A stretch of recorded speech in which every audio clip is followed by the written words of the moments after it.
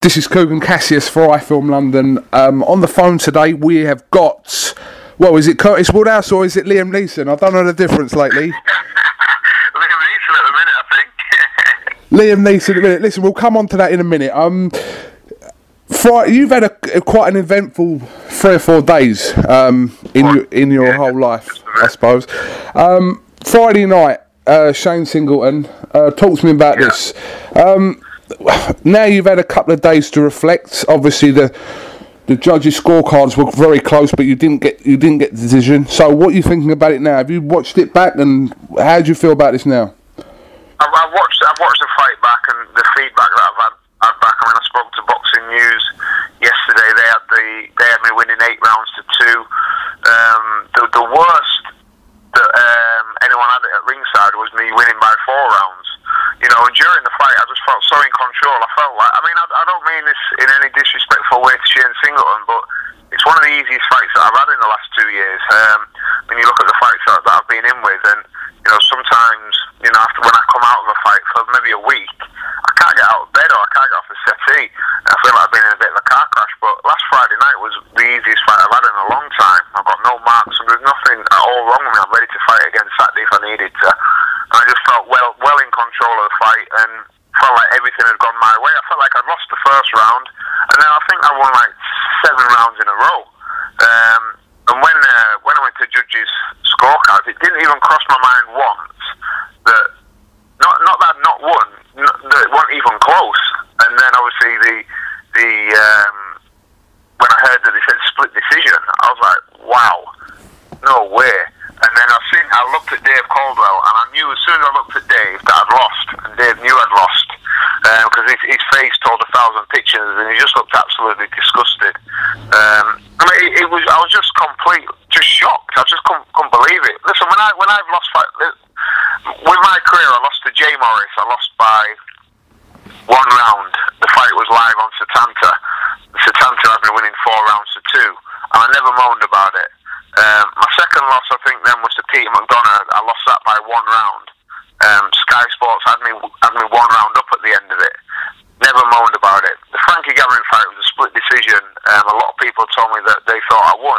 I've never moaned about it. Obviously, the Dale Miles fight, that's a different story. He stopped me, so you know, it is what it is. You know, but I've never ever moaned about decisions before in my entire career, even the close ones that have gone against me. But this fight wasn't even close, Dugan. You know what I mean? And I feel, to be honest, that I've been cheated out of it, and I'm not one to moan about decisions as I've not done in the past, but this one's different because the fight wasn't even close. I won easily. I mean, you had a point deducted. I think it was the 10th round, wasn't it, for hitting on the break? I mean, even with that point, it didn't seem like it was remotely close, to be honest. So, I mean, everyone has watched it. Everyone that's seen it can quite clearly see that. Do you feel like, Curtis? Do you feel like? I mean, I think it was since Steffi. Remind me, Steffi Ball, was it? Steffi Ball. Yes, when you fought Steffi Ball, do you think since then you haven't sort of been able to build up a momentum and put because your record since then has been more or less defeat, win, defeat, win, defeat, win. You need a stretch, didn't you, to get yourself, you know, on the British title scene? You need a stretch of, well, definitely, to build momentum, to get a crack at the British title. That, you know, and like I said, on the grand world scheme of boxing, what happened to me on Friday, it'll go unnoticed. But in my career, you know, this could have maybe set me back, because obviously now I've lost to Shane Singleton on paper in a fight I dominated. You know, I was hoping to beat Shane Singleton and then get a crack at the winner of Adil Anwar, Darren Hamilton. But obviously now with my last fight being a loss, that ain't going to happen. You know, I know, you know, this isn't like, I mean, the world's greatest boxing career ever, but this is my life. You know, I've dedicated my life to this, and I don't ask for no favours. All I want in the game is a fair crack at the whip. And on Friday night, I didn't get that. You know, and you know, I don't want to, you know, get myself into trouble with the British Boxing Board of Control, but in my eyes, the decision and the judges' work on Friday night was incompetent. And you know what? And I hope it was incompetent. I hope they got it wrong. There's nothing more sinister behind it, because they suspended betting on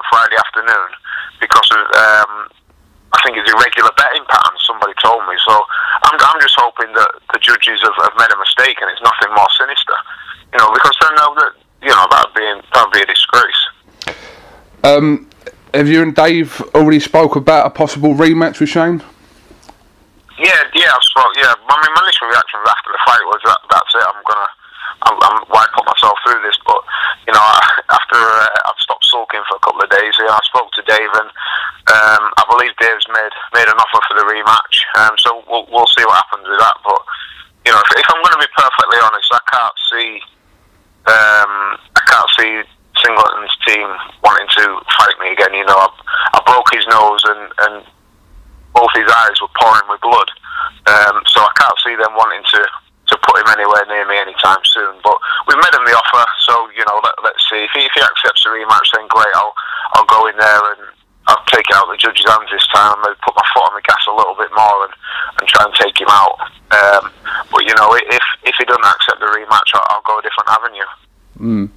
I mean, yeah, Saturday, come Saturday, I mean, I've read your tweets and that, you know, about, you know, you possibly retiring that, and I think, like I said, everyone reading them tweets were probably, you know, thinking what you think now, you know, that it's easy for us to sit here and go, oh, you know, Curtis, you shouldn't do that, blah, blah, but after the wake of what happened Friday, you know, you come home thinking, well, you know, what's the point? I can see why you'd think that, you know, so... Yeah, and the thing is as well, I've trained for 12 weeks, you know, and people don't understand it. If when you're a boxer, if you're not fighting, you're not getting paid. You know, I'm not getting paid to train. You know, this is time I'm taking out unpaid work pretty much. So I'm away for 12 weeks training. I then moved away to Birmingham to set up training camp over there.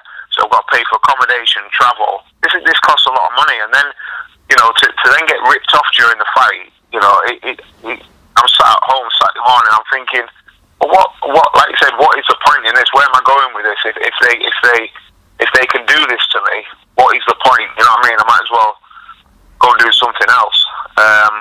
But that was just anger more than anything else. And once I had time to settle down and calm down and actually look at it in the cold light of day, and then obviously I watched the fight, and you know, I spoke to Ryan Rhodes after the fight. We've seen every one of my fights, and you know, he said that's one of the best he's ever seen me box. So, you know, and that's how I felt in there. My fitness was spot on. My jab was probably the best it's ever been. My movement was good. I didn't get hit with anything. My defence was good. You know, so to walk away, I think I'd be mugging myself off, to be honest.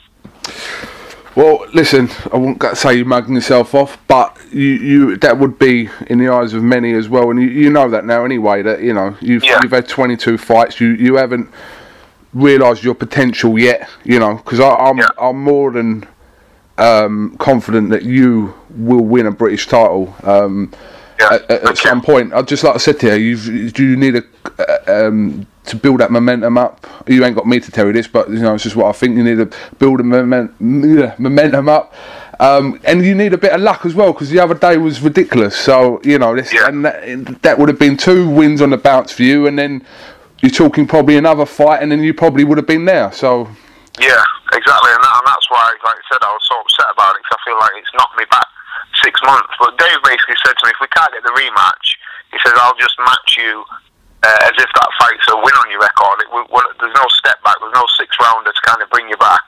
I'll go back in with a fight that will hopefully propel me to a British title, which was the plan anyway. So our plan's not really changed. It's just, obviously the record has got a loss on it, but we're not really going to treat it as a loss, to be honest.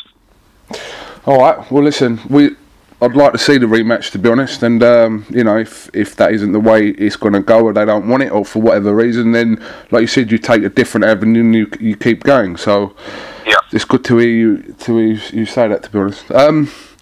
Now, yesterday, listen, let me just tell you, I was on the train, I was going to the Ricky Burns press conference, and I saw the start of the tweets, because I was on like overhead, so I had reception. And then just when it was getting interesting, I had to go on the tube. So I literally missed like the key hour. For people who don't know, just stop me if I'm wrong. There was a guy, we don't need to mention him, but he was giving you a lot of abuse on Twitter. I mean, I've read his tweets and they were way over the top. They weren't opinionated tweets. They were digging out, you know, being spiteful tweets, you know. So... Yeah. What did you do? Tell me what you did. I know what you did, but tell me what you did. Yeah, the thing is with the tweets, you know, what people don't realise is that these tweets weren't just from the other day. This has been going on for about 6 months. You know, he first tweeted me about 6 months ago. I think his first tweet was something like, this was before actually I boxed Dave Ryan for the English title. I put something on there, you know, saying tickets are now available for my fight, blah blah blah.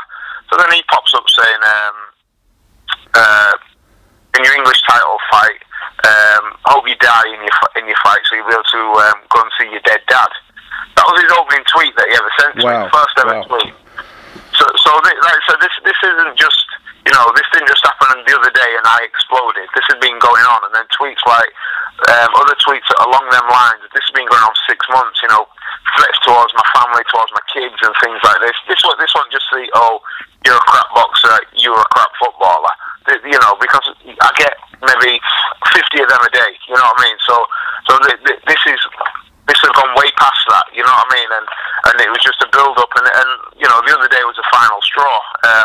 So he tweeted me again, and one thing led to another, and basically I put out there, anybody that can tell me the address of this kid, I'll give him £1,000.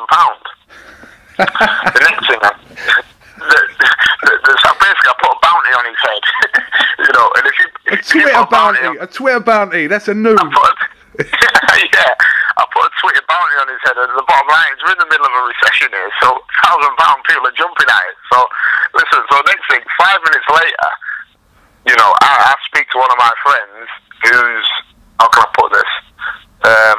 It's his job. Yeah, we know where you're going with this. Yeah, you don't have to say that, but we know where you're going with this. Yeah.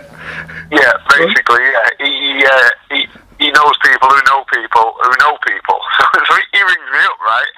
He gives me the lowdown on this guy. I know what school he went to. You know what I mean? I even know, right? I even know what Sunday League football team he plays for, right? So he's giving me the lowdown on this kid. So I'm laughing my head off. He's giving me his name, his address, and everything. So I'm thinking, you know what? I'm gonna have a bit of fun with this. So that's how it all started. So then basically I've tweeted. I think I tweeted his address out there, and I put something along the lines of I put his address into my sat nav, and it says 47 miles. So I weighed it up. I thought, well, that's 45 minutes. I'm not doing anything this afternoon.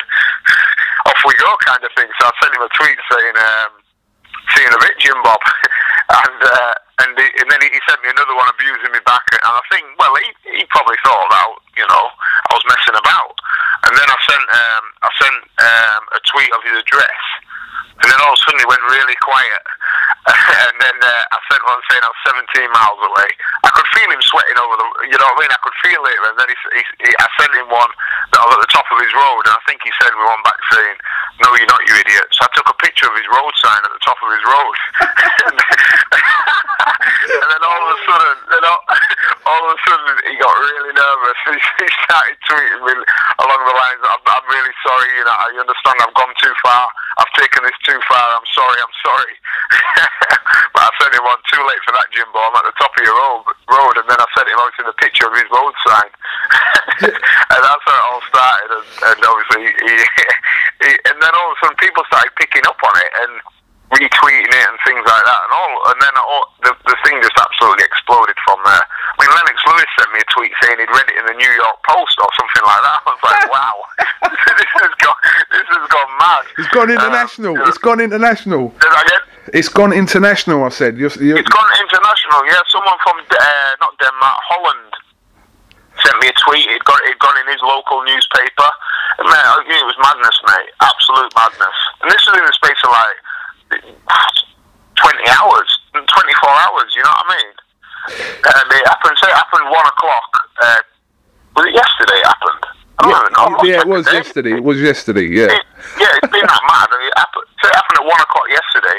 By 9 o'clock this morning, Lennox Lewis had read about it in New York. Wow, you know what I mean? Wow. I'm thinking, wow, it just shows the power of the internet and the power of social media, how things can spread so fast. Do you know what, Curtis? Do you know what? Listen, this thing here that's happened, I think. Listen, I'm not going to encourage like boxers to get. Do you know what I mean? To jump in their cars and go and look for Twitter haters, right?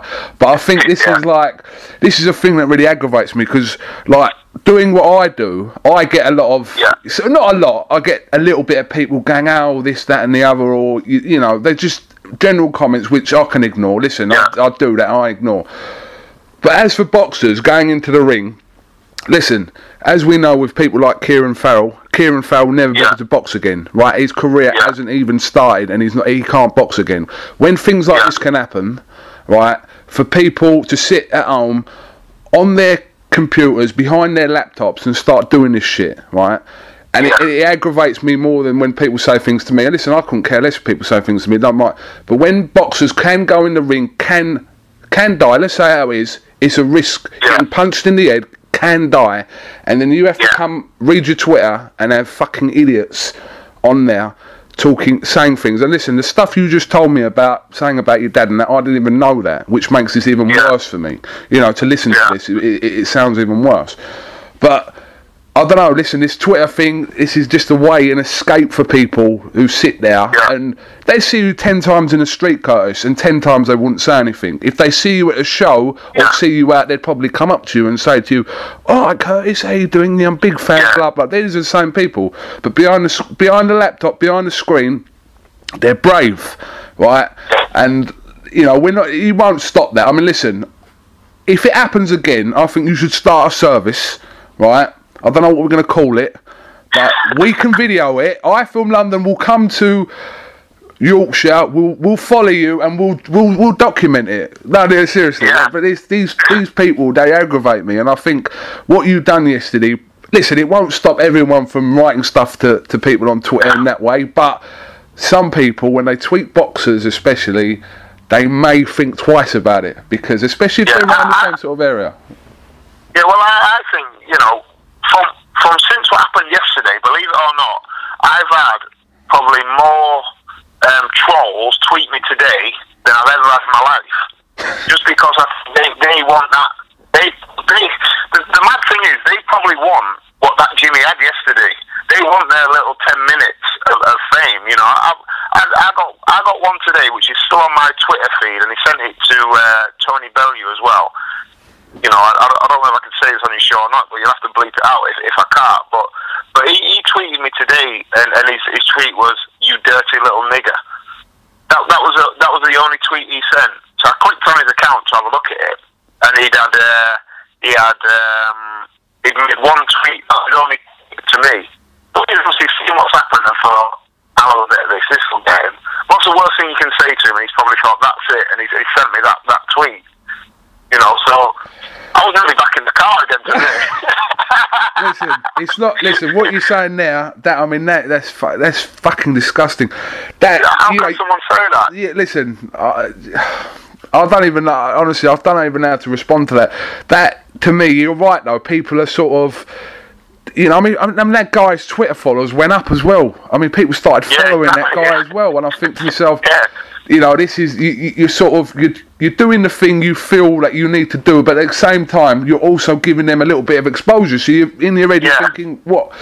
But it's a double-edged sword. You know what I mean? But I think why the story is being so popular is because everyone's got an image in their mind of a troll. You know, as kind of this little coward that sits behind the screen, giving it the big one, but we all know deep down if the shit the fan, you know, they'd never be able to do anything about it. That's everyone's perception of a troll. Well, when it all happened yesterday, that perception happened to be 100% correct, because little Jim Bob started shitting himself, literally. You know what I mean? He was proper begging for his life. I don't know what he thought was going to happen to him. So I think that's why it's been because it's been funny, because people have realised, you know what, this is what we're dealing with here. Why you shouldn't even let people like that, you know, bother you, because look at little Jim Bob, look what happened. His balls started shrinking very quickly when he realised I was at the top of his road. And the thing is as well, the car that I've got's a sponsored car. It's got my name splattered all down the side of it. So when he see me riding around his crescent, he must have thought, "Oh my God, you're never going to believe who's here." So it was a funny moment. But listen, Curtis, I'm not going to take too much of your time. I know you've had a little day off today, you told me, so you'll probably be back in the gym, I should imagine, tomorrow or something. No, I'm not going back till Monday, mate. Till Monday. I've got my stag do on Friday. I'm getting married in March, so I'm on my stag do on Friday, so I'm going to take the weekend off. Have you invited Jim Bob to your wedding? Jim Bob unfortunately can't make it. He's busy.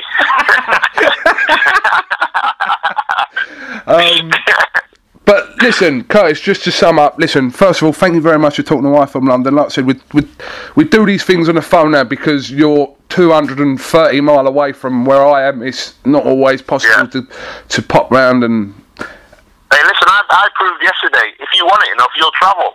You know what I mean? Right, listen, Curtis, I'm getting in my car now. Watch.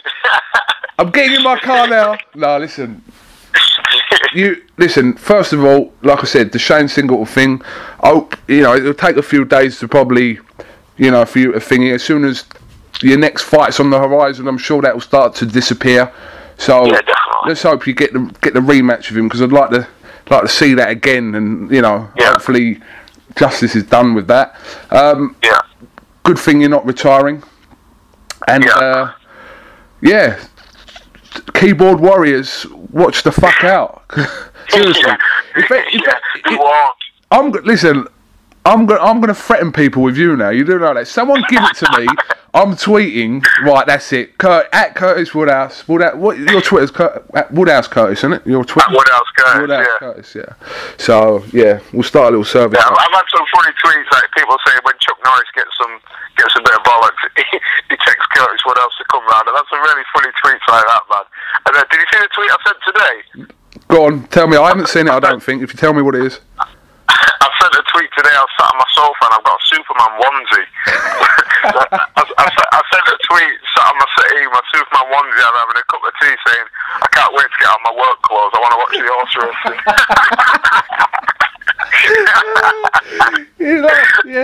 It's a new Super Woodhouse.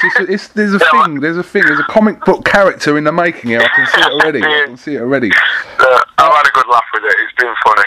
Alright, well listen, like I said, thank you very much for talking to us. I'll let you get on. And listen, I wasn't at your fight Friday. I was filming elsewhere, but your next fight, Dave's show, whenever that is, I'll make sure I'm up there for it. Like I said, hopefully for a rematch with Singleton would be good.